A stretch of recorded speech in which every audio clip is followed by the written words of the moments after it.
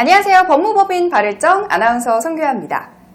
법무법인 발일정은 최근 기업회생 전문가 2분을 추가로 새롭게 영입해서 팀을 강화하고 또 회생 업무의 전문성을 더욱더 높였는데요.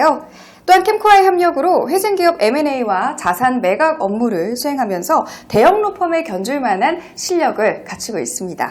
네, 오늘 법무법인 발일정이 불과 5달 만에 회생인가를 받아낸 놀라운 사례를 소개해 드릴 텐데요. 법무법인 발일정의 김용현 변호사님 모시고 이야기 나눠보도록 하겠습니다. 안녕하세요, 변호사님. 네, 안녕하세요. 네, 반갑습니다. 예, 오랜만에 뵙습니다. 아니, 많이 바쁘셨던 것 같아요. 그렇죠. 일이 너무 많아서 많이 바빠가지고 유튜브를 많이 못 찍었어요. 근데 일이 많다는 건 사실 우리 네. 법무법인 발일정이 정말 기쁜 소식이죠. 네, 그래서 변호사님도 또 충원하고 하고 있습니다. 맞습니다. 아까 예. 오프닝에 소개해 드렸는데 이 두 분을 어떠한 계기로 또 영입을 하게 되신 거죠? 저희들이 회생하다 보면 회생 업무가 약간 좀 혼이 많이 가는 업무가 상당히 네. 많아요. 그래서 제가 혼자 다 감당하기 어려워서 지금 변호사님 한 2분 더 영입을 하셔서 그분들 다 회생 업무만 하고 있죠. 회생 업무만 또 전문적으로 하신 변호사 분들을 섭외해서 저희가 강화를 했습니다. 네네. 자, 이렇게 전력 강화를 했고 사실 오늘의 키포인트는 5달 만에 회생 인가를 받는 이 일이 얼마나 어려운지 일단 여러분들께 소개를 해드려야 될 것 같은데요. 저희들이 보통 상담하면 개시 결정 나고 회생 인간할 때까지 통상 한 10개월 네, 그 정도 이렇게 플랜을 잡거든요. 그런데 이게 10개월이면 상당히 긴 시간인데 그 10개월 동안 뭐 관공서 입찰이라든지 보통 보증서 발급이 좀 어렵습니다. 신용등급이 하락을 해서. 그래서 근데 이 회사 같은 경우도 국책 사업을 하는 회사이기 때문에 회생 기간 중에 과연 그 보증서 발급도 안 되고 신용도 하락할 때 국책 사업을 유지해서 매출이 발생시킬 것이냐.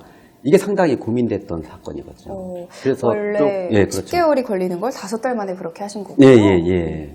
그렇다면 아까 그 국책과제를 수행하는 회사다라고 약간의 힌트를 주셨는데 어떤 회사인지 조금 더 정보를 주시죠. 대부분 국책과제 R&D 사업을 정부한테 입찰을 해서 같이 공동 연구 개발하는 비즈니스거든요. 근데 요즘에 최근에 그 R&D 개발 예산도 많이 축소되기 돼서 이 회사 같은 경우도 매출이 좀 많이 감소됐거든요.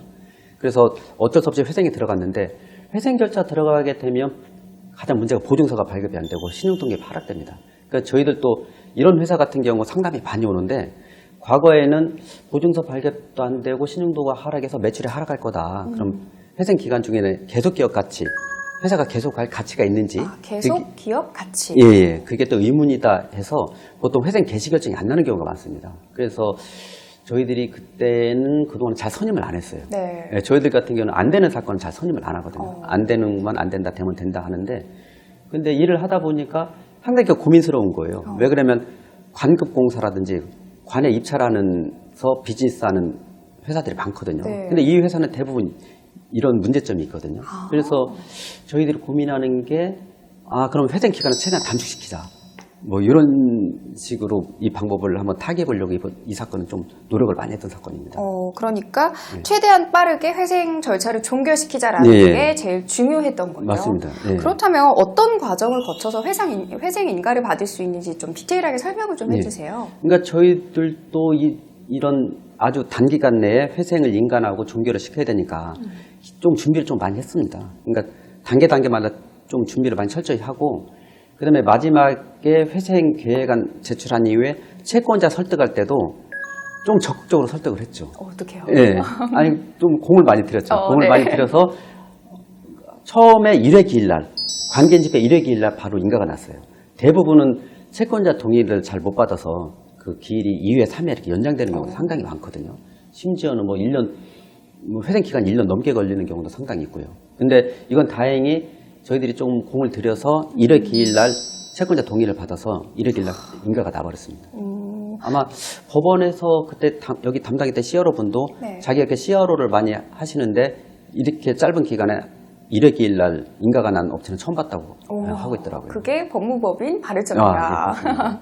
좋습니다. 그렇다면 이렇게 회생 절차가 신속히 진행이 된다는 거 이게 정말 중요한 의미를 가질 것 같긴 하는데요. 맞습니다. 어떤 의미를 갖는 건지 더 자세히 소개 좀 해주세요. 제가 아까 말씀드렸다시피 이 관공서 입찰이나 조달청 입찰 뭐 이렇게 입찰 뭐 국책 사업하는 뭐 이런 비즈니스를 하는 사람들은 그 회사들 같은 경우는 그 보증서라든지 신용등급이 상당히 민감하거든요. 그러니까 그것 때문에 어떻게 보면 회생 기업이 회생을 못하고 파산하는 경우가 상당히 많아요. 그렇죠.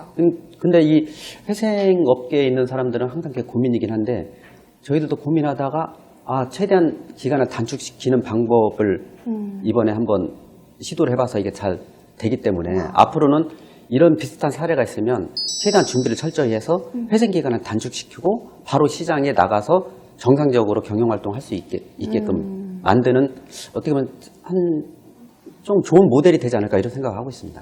네, 좋습니다. 이렇게 회생 절차가 신속하게 진행이 된다는 것에 대한 의미 변호사님께서 자세히 설명해 주셨는데요. 자, 오늘 이번 편을 통해서 변호사님의 말씀을 듣고 이 회생 기간에 대해서 고민하시는 분들 그리고 회생에 대해 걱정이 많으신 분들에게 큰 도움이 됐으면 좋겠습니다. 오늘 제일 중요한 건 신속하게, 맞습니다. 그렇죠? 신속하게. 빠르게 진행한다는 것이었고요. 네, 이상으로 영상 마치겠습니다. 오늘도 함께해 주셔서 감사합니다. 네, 감사합니다.